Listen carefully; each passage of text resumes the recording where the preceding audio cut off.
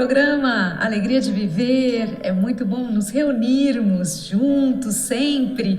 E você já colocou, vamos hoje aproveitar para colocarmos uma história nova na estante da nossa vida, porque você vai encontrar muitas histórias que são fruto da pesquisa de Humberto de Campos no plano espiritual, histórias onde ele traz entrevistas, contos, responde inclusive a determinadas cartas ou a determinados comentários que aconteceram à sua época. Ele vem respondendo através das cartas.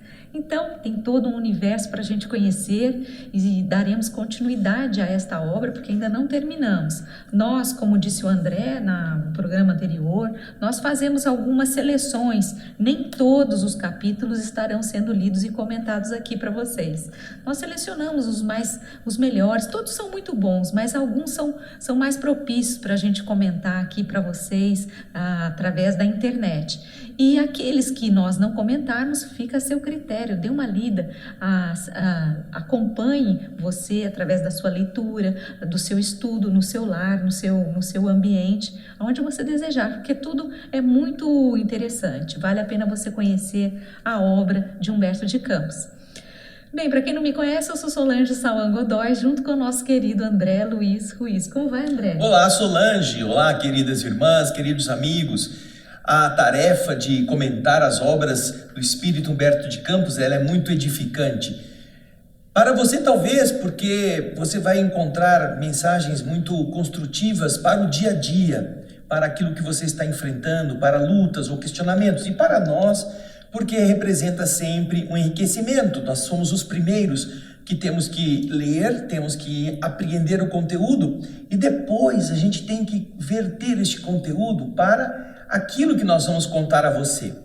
Então, nós temos que nos deparar não apenas com o rigor da fidelidade à história, mas nós temos que, às vezes, para tornar a coisa um pouco menos, vamos dizer, literária, porque isso é um livro, ler um livro é uma coisa, falar do livro é outra coisa, nós temos que, às vezes, substituir algumas palavras por sinônimos, temos que colocar interpretações condizentes com o que ele quis dizer, sem adulterar o conteúdo. E, em alguns casos, como a Solange disse, existem, até agora, nós pulamos uma história, porque há algumas histórias que são ótimas para o leitor, mas elas são chatas para a gente ficar falando, porque elas são repetições e repetições com o mesmo propósito, de inspirar o leitor a um determinado caminho. Então a gente deixa, em alguns casos, que você faça isso. E nós vamos nos dedicar a enriquecer aquilo que você está escutando com as outras histórias que têm um enredo, que têm personagens, que têm uma forma mais fácil de chegar até você. Até porque muitas pessoas não estão com o livro em mãos, elas estão trabalhando, elas estão longe do local em que o computador ou o áudio está sendo emitido. Às vezes elas não estão nem assistindo para acompanhar o texto que a gente coloca na tela. Então, é preciso que cada capítulo seja interessante para ela manter a atenção no fio da meada, né? Na sequência. E é isso que nos tem propiciado fazer essas seleções.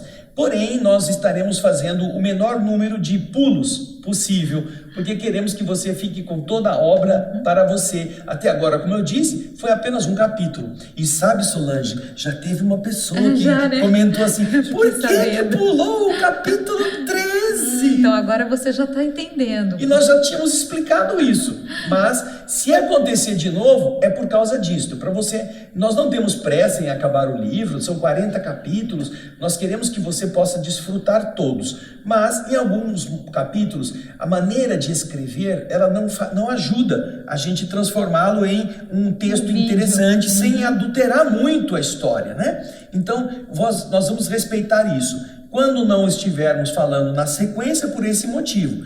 Mas isso não quer dizer que aquele capítulo não é bom, tá? Ele só não é bom para a gente convertê-lo em imagem, em uma interpretação falada. Para essa dinâmica de TV, de vídeos, às vezes não encaixa muito bem. Mas todas as histórias são muito boas de Humberto. A de hoje, ela vai permitir que a gente faça isso. Aliás, antes da gente ir para essa história, Você já ouviu falar do Pai Nosso, não é mesmo? Aquela oração que Jesus ensinou a pedido dos seus discípulos, essa oração ela é bastante interessante, porque nesta oração você vai encontrar apenas uma recomendação moral, uma única. Preste atenção, toda a oração é um conjunto de palavras com ideias, mas que representam o quê? Representam a nossa ligação a Deus, o respeito que devemos ter, a consideração de que Deus é soberano, que a gente pede que a justiça divina seja feita na terra como no céu, que a gente tenha o pão nosso diariamente, não é?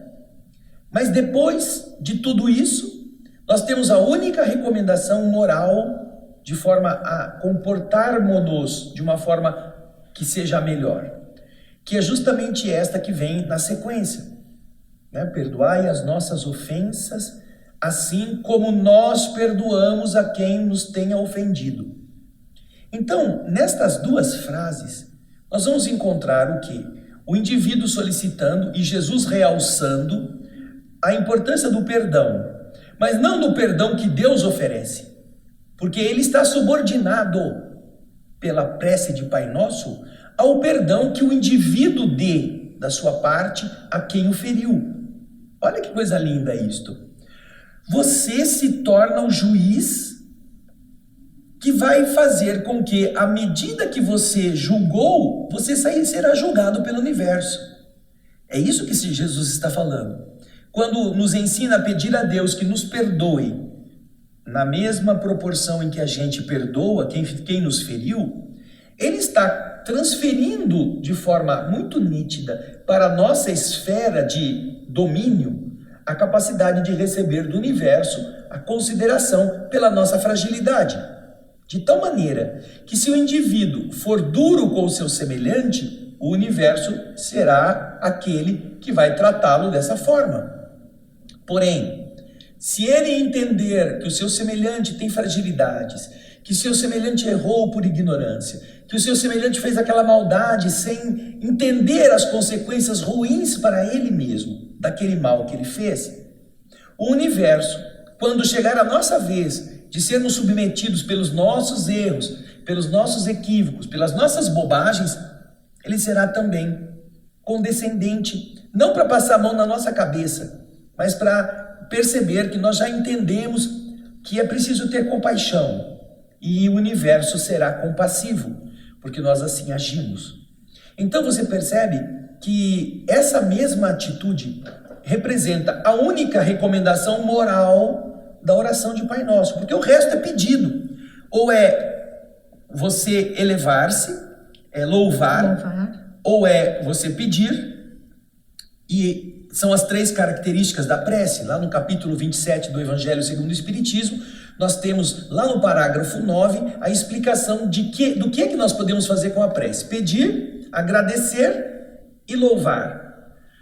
Dessa maneira, você vai ver que a oração de Pai Nosso louva, agradece, mas na questão do pedir, Jesus coloca esse caráter: você será julgado da forma como você julgar. Não é Deus que vai te condenar, é você, pela maneira como você julgou os outros. Isso significa, no universo, o controle da misericórdia sobre a justiça. Sabia disso? A misericórdia controla a justiça. Quando você é misericordioso, aquilo que você merece receber, pelo mal que eventualmente tenha feito em uma situação, será abrandado pela mão da misericórdia. E isso vai fazer você se sentir querido. Eu me recordo, Solange, desculpe que fale bastante a respeito, antes de a gente chegar no capítulo, que é o capítulo 16, eu me recordo de uma passagem que talvez tenha sido até contada por Humberto de Campos em algum dos seus livros. O indivíduo chegou do outro lado da vida e ele havia sido muito mal na terra. Muito mal. E ele estava numa situação horrorosa. Ele estava numa situação penumbrosa, trevosa, sofrendo demais. E então, certa noite, naquele lugar umbralino, aquele lugar tétrico, para o qual ele se fez merecedor, um anjo de Deus chega naquela região e, vendo o estado de penúria daquele homem, juntamente com tantos outros que estavam no mesmo buraco, o anjo se condói deste homem e diz: meu filho, eu estou aqui para ajudar você. Você pode me dizer alguma coisa que você possa ter feito, que possa tirar você daqui? Ele diz: eu não fiz nada de bom. Eu assassinei, eu roubei, eu destruí lares, eu queimei vilarejos, eu fiz tanta gente chorar. Aí o anjo diz a ele assim: mas meu filho, ninguém é mau, todos são filhos de Deus. Na sua memória você deve ter feito algo de bom, alguma coisa, procure na sua mente, procure nas suas experiências, algo de bom que você tenha feito. Então aquele pobre infeliz, vítima dele mesmo, começa a pensar, pensar e pensar, e depois de um bom tempo ele diz: ah, anjo, eu não me recordo nada de muito especial, porém eu não sei se o que eu vou me lembrar aqui vai ser útil. É que um dia eu estava andando por um caminho e eu vi uma aranha que estava atravessando o pedaço de terra que eu passava. Eu tive o impulso de matar essa aranha com meu pisão forte na sua cabeça. Mas eu falei: não vou matar esta aranha. Eu então ajudei a aranha a se desvencilhar dos gravetos e disse: vai minha filha, vai para sua casa, vai lá cuidar dos seus filhinhos. E a aranha foi embora. O anjo então sorriu e disse: eu sabia, meu filho, eu sabia que você tinha alguma coisa de bom e isso vai ser levado em conta. Então, sem entender o que o anjo queria dizer, o homem ficou ali sem saber o que iria acontecer. O anjo elevou a sua mente ao céu, mesmo daquele buraco em que eles estavam, e de repente, um fio brilhante, um fio dourado, iluminado, começa a descer lá de cima, como se fosse o fio de uma teia de aranha. Quando o fio chega ao umbral, à treva mais densa, radioso, o anjo disse: meu filho, pois o fio que você está recebendo é a consequência do ato generoso que você teve com aquele ser em evolução. Pode subir por ele. O homem não acreditava. Um fio muito fininho, que fosse capaz de segurar o seu peso, todo enlamacento, todo cheio de lodo. E o anjo disse: confia, meu filho, segure o fio e vá subindo por ele. E então o homem, mais do que depressa, estimulado pelo amor angelical da misericórdia, segura no fio e percebe que aquele fiozinho de teia de aranha era forte. E ele começa então a subir por aquilo, desesperado para sair dali. E então o anjo o acompanha com o olhar. E o homem então começa a subir. Porém, quando os outros espíritos trevosos que estavam ali percebem que existe um fio tão delicado que vem do alto e que ele está sendo capaz de suportar aquele homem para sair do buraco, muitos outros se agarram no fio e também começam a subir em desespero para sair daquela situação. E o homem que já estava mais acima começa a perceber que a cordinha está balançando. Então ele olha para baixo e ele vê chegarem embaixo dele outros trevosos como ele. E então, ao invés de ele ficar feliz, ele começa a chutá-los. Sai daí, vocês vão derrubar, vocês vão quebrar o fio. E começa a chutar aqueles que estavam embaixo para que eles não subissem. E o que acontece? Quando ele assume essa postura de não querer que os outros se libertem, que somente ele vença, o fio se rompe e todos caem de volta no lodo. Porque ele, ao invés de agradecer e receber a bênção de um pequeno gesto de amor que possa beneficiar muitos outros além dele, queria guardar só para si o benefício. Nós vamos ver como o que nós julgamos vai recair sobre nós com todo o seu peso. E se isso é uma coisa que na teoria pode parecer uma advertência, na prática isso é real. E este capítulo vai mostrar isso, não é, Solange? É uma história muito bonita. Acompanhe com a gente, podemos iniciar? O capítulo se chama? O Malfeitor. O Malfeitor. Pense nisso. Mas não pense somente no bandido que mata alguém cruelmente. Pense nas maldades que a gente faz, às vezes bem escondidinhas. Pense na calúnia que você espalhou, ou na calúnia que você semeou assim entre linhas, querendo parecer bondade. Ou pense no olhar de inveja, naquela atitude pouco servil, pouco gentil, que você, sabendo que podia ter feito mais, não fez, para que o outro não aproveitasse a sua gentileza. Pense, porque todas essas são atitudes más. E nós nos tornamos malfeitores. Nós nos tornamos pessoas que, frustradas, queremos frustrar a alegria dos outros. Por não estarmos felizes, queremos que os outros também estejam tristes. E o malfeitor desta obra, que espelha em certa medida aquilo que é a oração de Pai Nosso e todos esses conceitos que nós encontramos nas obras espíritas nos aconselham, ela também se aplica a cada um de nós, de uma forma imediata, de uma forma direta, de uma forma não teórica, mas prática, não é mesmo?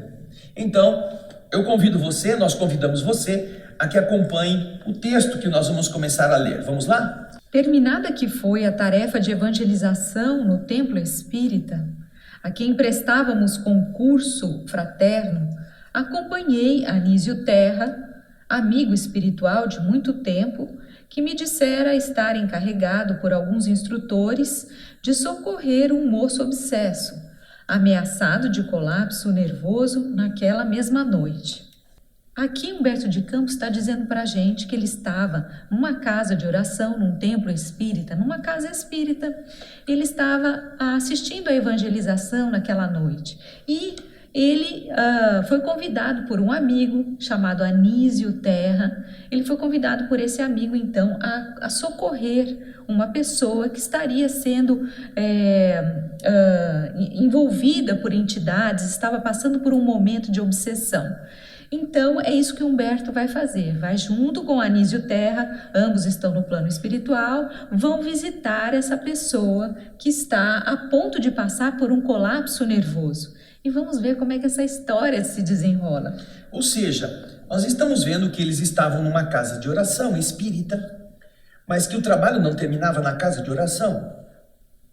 Porque muitas pessoas pensam que eu já fiz a minha parte de ser bonzinho, já fui na reunião, já fui na casa espírita, eu vou lá 3 vezes por semana. Algumas pessoas, elas são que nem funcionário público, elas vão lá bater o ponto.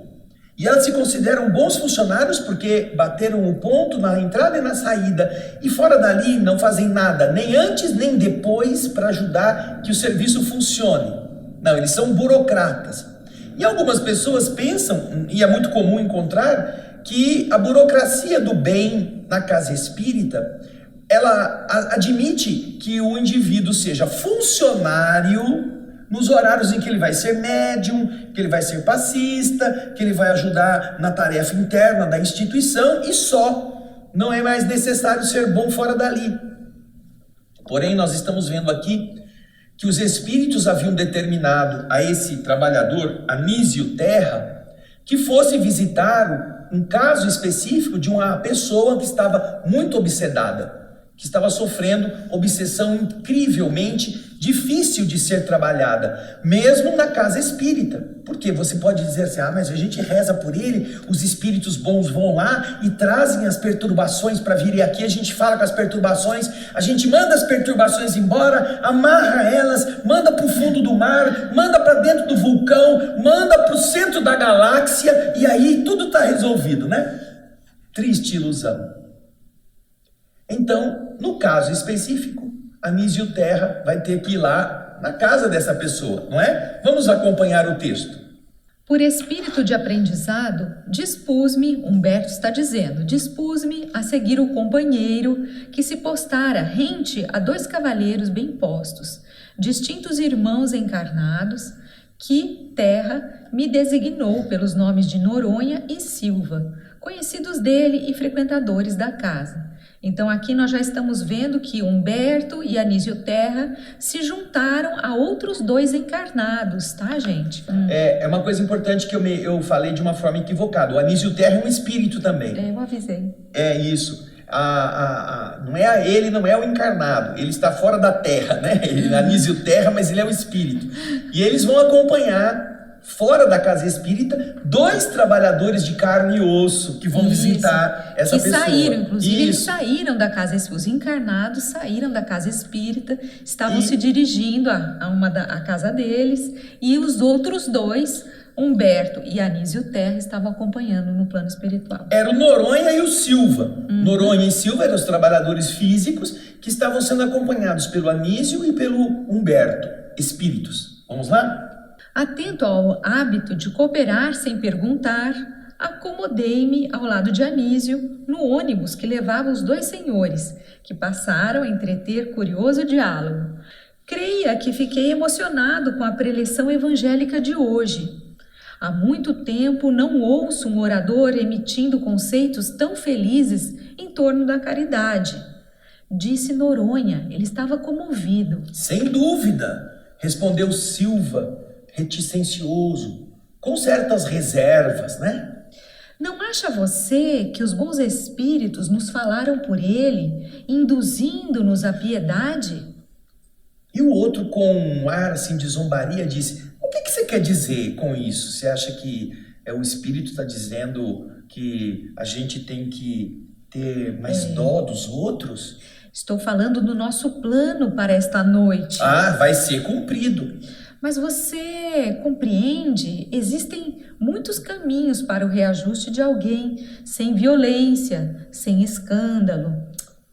Ora essa, você está com o malfeitor dentro de casa, como tudo indica, que ele está entre os próprios empregados, e você desiste de pôr a coisa em pratos limpos? Você não vai fazer isso? Não vai desmascarar essas pessoas? Sim, mas é preciso pensar. Provoquei a viagem de minha mulher, dei férias aos 4, comunicando a eles que me ausentaria ao encontro dela a partir de hoje, na convicção de que o autor do furto do mês passado venha surgir agora, já que guardamos silêncio e procuramos sair de novo. Mas, depois de ouvir a preleção evangélica... Então veja só, vamos ver o plano. Um deles era dono de uma casa onde tinha empregados. Nessa casa já havia acontecido um furto. Um mês antes. Um mês antes. Já tinham roubado alguma coisa. E eles ficaram quietos, os donos. Ficaram quietos. Porém, este que era o dono tinha arquitetado um plano para conseguir pegar no flagra realmente o agente dessa traquinagem. Não era o dono, era o cunhado. O cunhado, isso. O cunhado. O cunhado, então, foi lá e vamos fazer a coisa do vamos jeito... descobrir. Vamos descobrir. E aí, o que ele fez? E aí eles deram folga, falou com o cunhado dele, o dono da casa, que tinha sido furtado.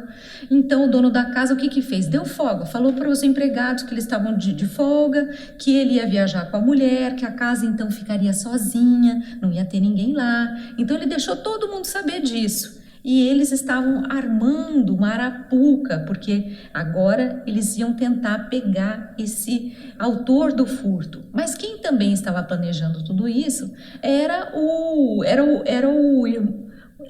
cunhado, né? Era o cunhado, que era o Noronha. Peraí, tem o Noronha e tem o Silva. Era o Silva que estava planejando isso. O Silva estava empolgado em pegar essa pessoa que estava furtando a casa. Esse cara é bandido, a gente não pode deixar passar.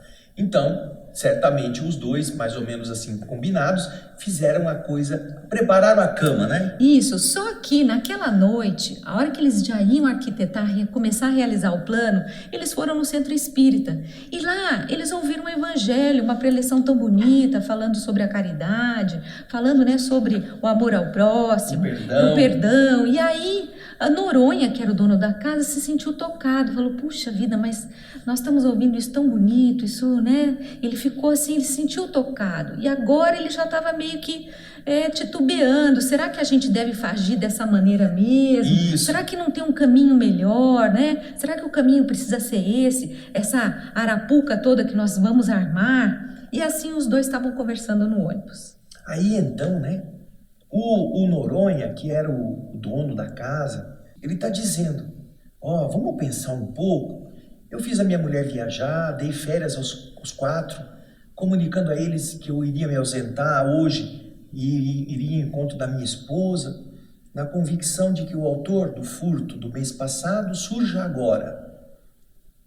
Mas, depois de ouvir a preleção evangélica, o Noronha está falando assim, né? Parece que o Noronha deu uma diminuída depois das coisas boas que ele ouviu. Aí o outro... O Silva, que isso? Homem de Deus, o evangelho não aplaude roubalheiras. Você vai afinar agora? Nós temos que pegar o ladrão. Mas aí o Noronha diz para ele, mas o evangelho também, Silva, nos chama a caridade uns com os outros. E a cadeia não é caridade para com o delinquente? Silva, não diga isso, pelo amor de Deus. Você não recuará. Sou eu quem não deixa. O Silva parecia que estava com ganas de catar o cara pelo pescoço. Ele tinha montado, ele queria ser o vitorioso. Eu não vou deixar, não. Você vai fazer até o fim. Aí o Noronha diz, Silva, não diga isso, pelo amor de Deus. Ao que, aliás, o Noronha disse, né? Não diga isso, Silva, por favor. Você não recuará. Sou eu que não vai deixar, respondeu o Silva. Não será melhor esperarmos a criatura infeliz com a palavra do Evangelho? Disse o Noronha. Se orarmos pedindo o socorro de nossos guias, não será mais justo que solicitar a intervenção da polícia? Olha só então, olha só como era o plano. Olha o plano. Eles prepararam a arapuca, já iam deixar tudo montado, inclusive com a polícia. Já iam avisar a polícia, para a polícia ficar de tocaia, para que eles pudessem já catar o cara e a polícia tá lá. Mas o Noronha tá dizendo, escuta, ao invés da gente chamar a polícia, vamos esperar o malfeitor, e quando a gente pegar o malfeitor, a gente fala de Jesus, a gente fala que aquilo não é correto, não vamos dizer que ele está certo, mas vamos dizer, olha, não faça isso, o mal que você faz para os outros vai recair sobre você, você é uma criatura de Deus, Deus não cria ladrões, malfeitores, Deus cria almas boas, você é uma boa pessoa. Você não acha que seria melhor fazer isso do que já chamar a polícia para eles já catarem o cara? Olha só, que o desenrolar da história. O Silva tá espumando, né? Vou pegar esse desgraçado, ele vai me pagar, ele merece ser preso, que coisa horrorosa, roubar a casa dos outros, não é possível, o evangelho não fala nada de acoitar bandido, de apoiar traficante, não. Então, ele já tinha programado todo o desenrolar dessa conversa, já com a polícia, de prévio aviso.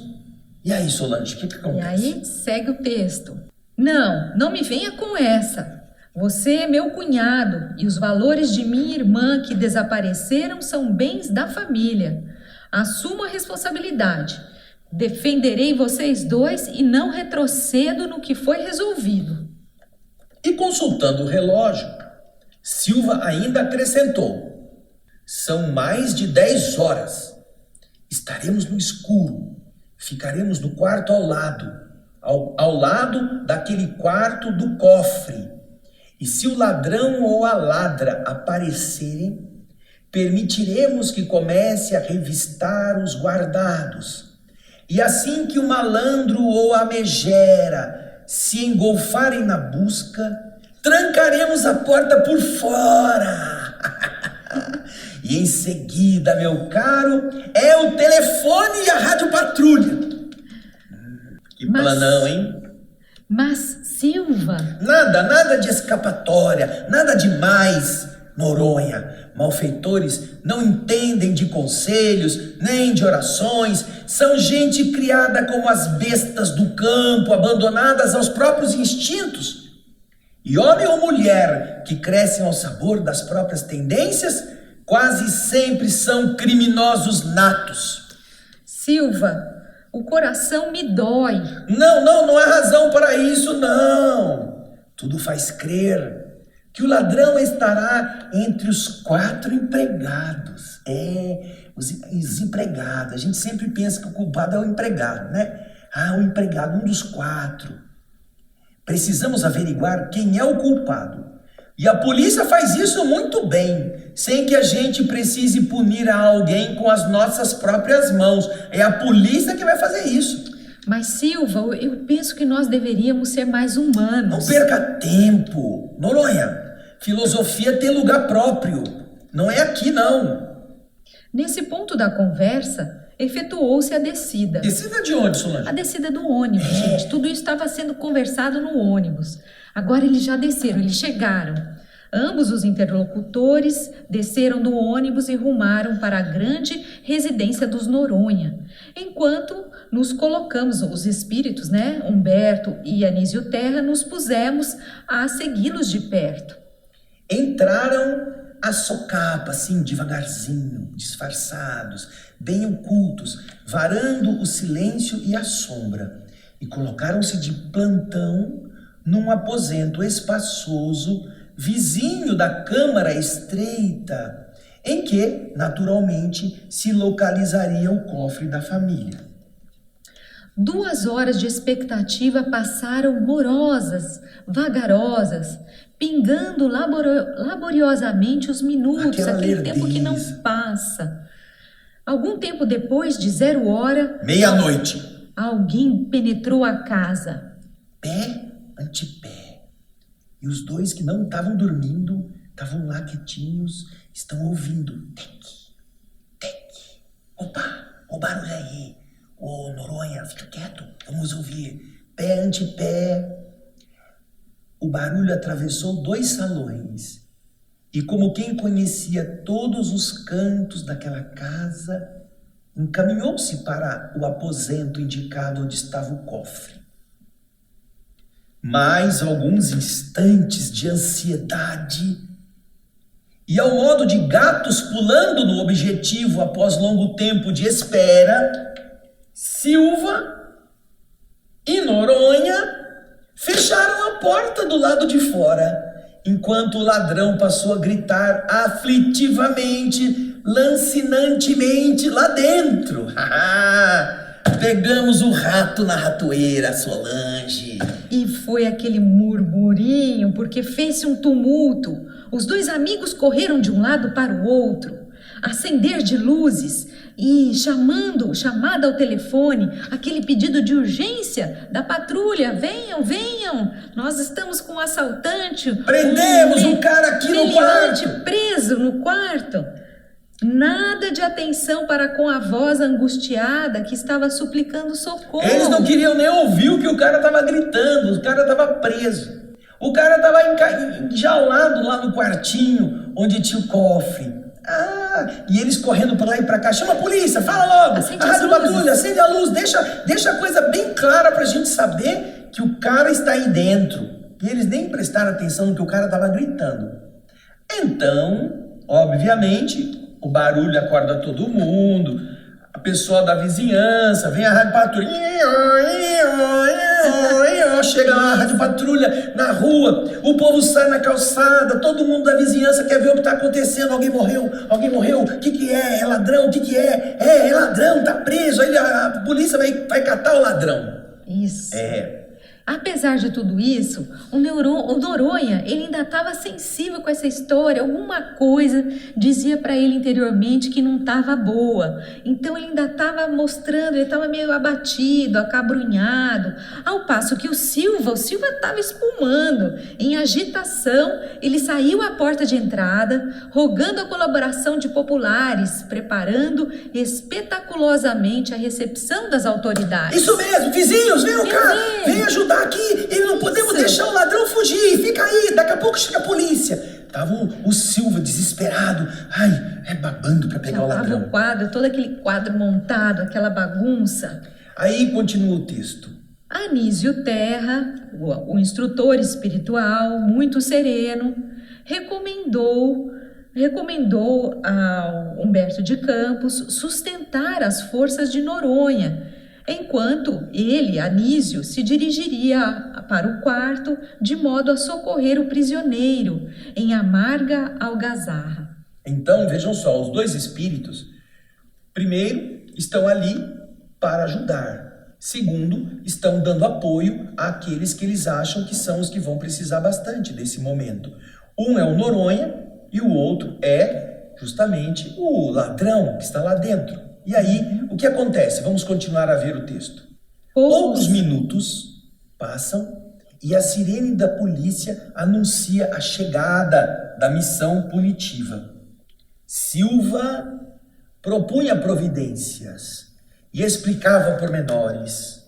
Transeuntes detidos na curiosidade para a cooperação de emergência estavam ali com os guardas, ouvindo curiosos.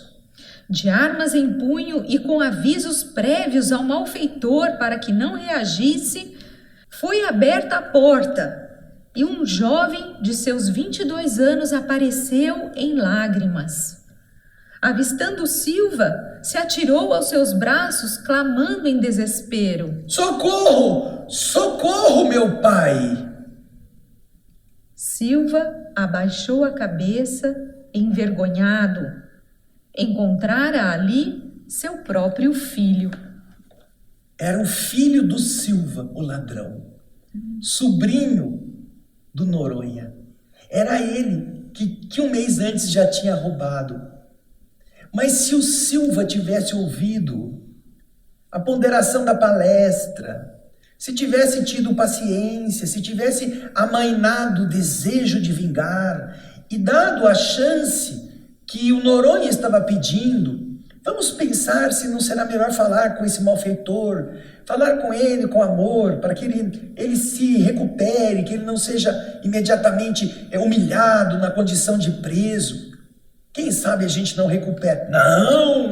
Não, o evangelho não tem nada a ver com os criminosos, com os bandidos. Ele tem que ser preso para ele. Caridade também não é a delegacia, a polícia, o presídio não é a caridade para malfeitor?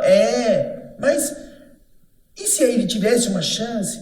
E então, como diz aqui Humberto de Campos, vamos encontrar o Silva, recebendo na própria carne aquilo que ele havia proposto para a justiça. Enquanto Noronha fala da misericórdia, Silva quer exercer o peso da justiça, da verdade, coisa que de verdade nós também achamos que é importante. Porém, se ele tivesse tido um pouco de calma e tivesse aceitado os convites que ele já ouvira naquela noite na palestra, que o próprio Noronha, que era a vítima, não era o Silva, era o Noronha que tinha sido roubado. Não era o Silva, apesar do Silva ser casado com a irmã do Noronha.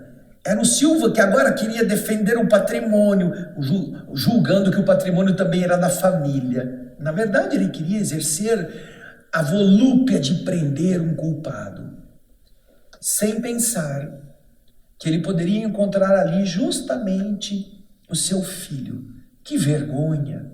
Mas não só vergonha para ele, todo mundo da vizinhança agora está sabendo que o filho do Silva é um ladrão. Todos os vizinhos que ele chamou, os policiais, todo mundo agora, que aquilo ficasse só entre os dois, tio e pai. Isso. Já não seria gostoso, mas pelo menos você poderia trabalhar o caráter ainda dúbio daquele moço, 22 anos, com a cabeça cheia de sonhos, de grandeza, e dizia: meu filho, não é assim que se conquistam as coisas. Você precisa aprender, você precisa vencer isto. Não, agora toda a vizinhança sabe que o filho do Silva é o ladrão que foi preso. E aí, como você sai dessa, hein? Difícil, né? De uma certa forma a gente vê que os espíritos amigos estão sempre presentes. E eles tentaram avisá-los, eles tentaram tentaram tocar os dois, seja através da palestra, seja através do acompanhamento, não é, do Anísio Terra, do Humberto de Campos. Quer dizer, o plano espiritual mais elevado estava presente, tentando talvez demover, tanto que o Noronha sentia que alguma coisa não ia bem, alguma coisa deveria ser feita de forma diferente. Era um caso diferente, porque os espíritos já sabiam que iam encontrar, que o ladrão que eles iam encontrar era o sobrinho deles. Então, com certeza, eles deixaram passar essa oportunidade de sentirem um pouco mais de compaixão, de pensarem um pouco mais sobre aquilo que eles fariam. De uma certa forma, é você sempre tentar se colocar no lugar de outra pessoa e tentar compreender talvez um pouco dos motivos pelas quais ela agiu daquela maneira. É lógico que aqui ninguém está dizendo que nós devemos passar a mão na cabeça de um criminoso, de um bandido, não. As leis estão aí, essas pessoas que cometeram seus crimes precisam passar pela averiguação, pela punição, precisam passar por aquilo que a lei determina. Mas a esse ponto, até nós fazermos um verdadeiro palco, um verdadeiro teatro, você ter uma sanha, uma vontade de prejudicar ou de levar tudo a ferro e fogo. Então, existe uma diferença muito grande. Me recordo uma história que os biógrafos de Alexandre da Macedônia, Alexandre o Grande, contam a respeito dele. Ele tinha um funcionário de confiança, era o que tomava conta do tesouro da Macedônia, que acompanhou a expedição de Alexandre por ser um homem muito íntegro, muito correto, um homem de confiança cegamente, que Alexandre tinha como seu braço direito. E em determinado momento, depois de muitos anos em que Alexandre vai conquistando e vai pegando os tesouros de todos os países, de todos os lugares que ele conquista, descobre-se que esse contador está roubando o tesouro da Macedônia.